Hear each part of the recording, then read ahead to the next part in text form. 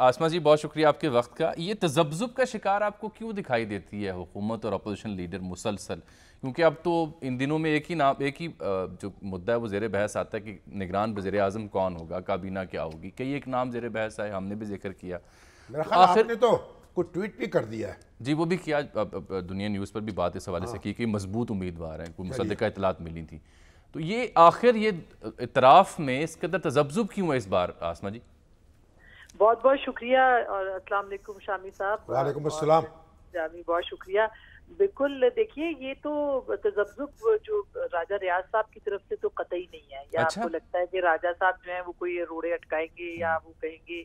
मेरा नहीं ख्याल वहां से कोई तज़ब्ज़ुब है। ये तज़ब्ज़ुब हुक्मरान इत्तेहाद के बीच में मुझे लगता है कि बहरहाल कहीं ना कहीं मौजूद है। मसलन हफीज शेख साहब के ऊपर अगर PMLN नहीं मान रही तो दूसरे नाम के ऊपर जो है वो पीपल्स पार्टी के हो सकते हैं। तो ये असल में हुक्मरान इत्तेहाद के मामले हैं जो उनको तय करने हैं। यानी कि प्राइम मिनिस्टर की साइड से जो 3 नाम जाने हैं वो ज्यादा बड़ा मसला है। जो राजा रियाज साहब की जानिब से 3 नाम आने हैं वो इतना बड़ा मसला नहीं है। और फिर उनको मिलके जो है उनसे बातचीत की जाएगी। तो मेरे ख्याल है पहले हुक्मरान इत्तेहाद आपस में ये फैसला करेगा। यानी आसिफ अली जरदारी साहब तो अगर मैं आपसे ये अर्ज करूं, तज्जिए की सूरत में एक सवाल आपके सामने रखूं कि चाहे वो हफीज़ शेख साहब हों, डार साहब हों या फवाद हसन फवाद साहब हों, इन नामों के ऊपर ये जो फ़रीक़ैन है, 2 से ज़ायद फ़रीक़ैन भी हो सकते हैं।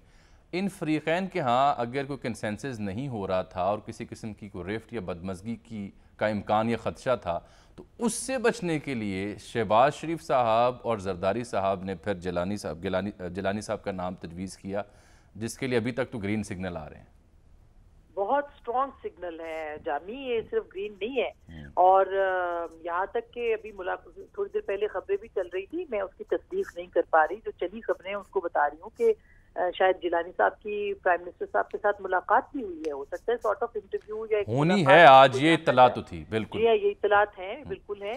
तो इसका मतलब तो ये कि एक नतीजे तक वो पहुंच चुके हैं। और कुछ उनके करीबी हल्के तो ये भी तस्दीक करते हैं कि इससे पहले वो 1.5-2 हफ्ता पहले एक और अहम तरीन मुलाकात भी कर चुके हैं।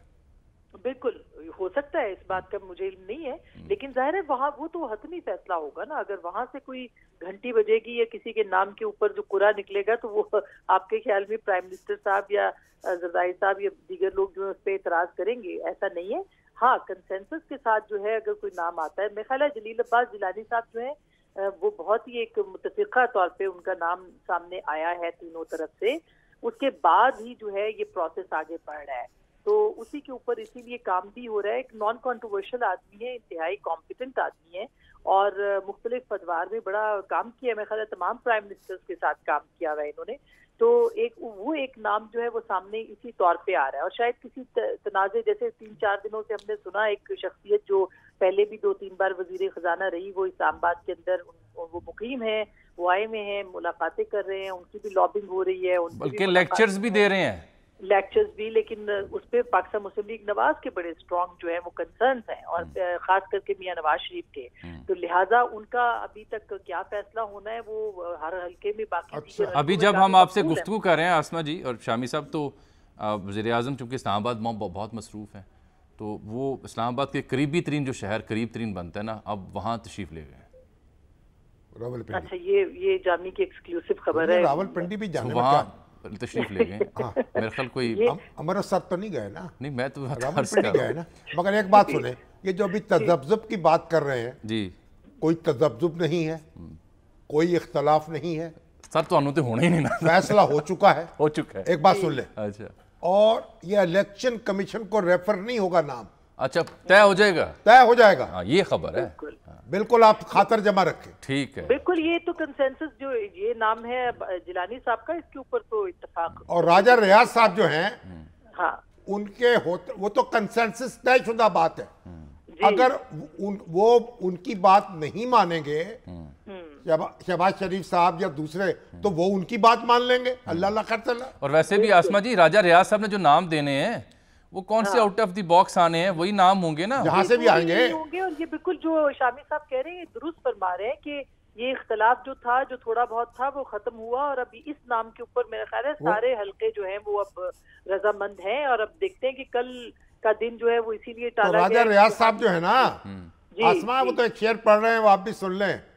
जी सर। गर नाजनी कहे से बुरा मानते हैं आप। अच्छा, वाह, मेरी तरफ तो देखिए, हाँ, मैं नाजनी सही। मैं नाजनी सही। बहुत खूब। ये वैसे आपकी बयान जो है वो बड़ी शानदार है शामी साहब। बिल्कुल। हर जगह शेर निकल अब देखिए, आता है। राजा साहब के ऊपर ये शेर जिंदगी में शायद पहली और आखिरी दफा फिट आएगा। ये राजा साहब को समझाना उन्होंने कहा पड़ेगा। भाई इत्तफाक राय होना चाहिए, आप मेरी बात मान लें, नहीं तो मैं आपकी बात मान जाऊंगा। सही बात है, बिल्कुल ऐसा ही है सर, ऐसा ही है। पर दिलचस्प टाइम्स है, देखते हैं अब अगले चंद घंटों के अंदर क्या इस्लामाबाद के अंदर डेवलपमेंट होती हैं, क्योंकि लेकिन एक खबर ये भी है ना आसमा जी कि ये अगर इन 2-3 नामों में से कोई एक वज़ीर-ए-आज़म बनता है तो ऐसा नहीं है कि बाकी नाम टोटल लिस्ट से आउट हो जाएंगे। मेरी इत्तला ये है कि वो फिर कैबिनेट का हिस्सा होंगे। हो सकता है, इस हो बात का सकता इम्कान है, है। और ये भी हो सकता है कि मौजूदा कैबिनेट के कुछ लोग भी अगली कैबिनेट का हिस्सा बन जाए। अच्छा। ये भी हो सकता है। नहीं, मगर वो तो फिर उनको इलेक्शन नहीं लड़ना होगा। नहीं, वो जो सेनेटर्स तो हो सकते हैं ना शामिल साहब, सेनेटर्स को तो बनाया जा सकता है। नहीं, क्योंकि मगर उनको वो भी तो इलेक्शन नहीं फिर लड़ना। गैर जानबदार होने चाहिए ना। अब सर अभी ऐसा तो आप है, देखें ना, लेकिन केपीके के मिनिस्टर जो हैं, इलेक्शन कमीशन उनके बारे में कह रहा है कि इनमें से जो गैर biased है। सियासी लोग हैं उनको निकालें। जो हमारे शाहिद खाकान अब्बासी साहब हैं, जी बड़े काबिल एहतराम हैं, जी बड़े समझदार हैं, लेकिन मेरा ख्याल है कि अभी कुछ दिनों से कुछ तवाज़ुन बरकरार नहीं रख पा रहे। उनको ज़रा गौर करना चाहिए, अपने मामलात पर तन्हाई में बैठकर ठीक, जायजा लेना चाहिए।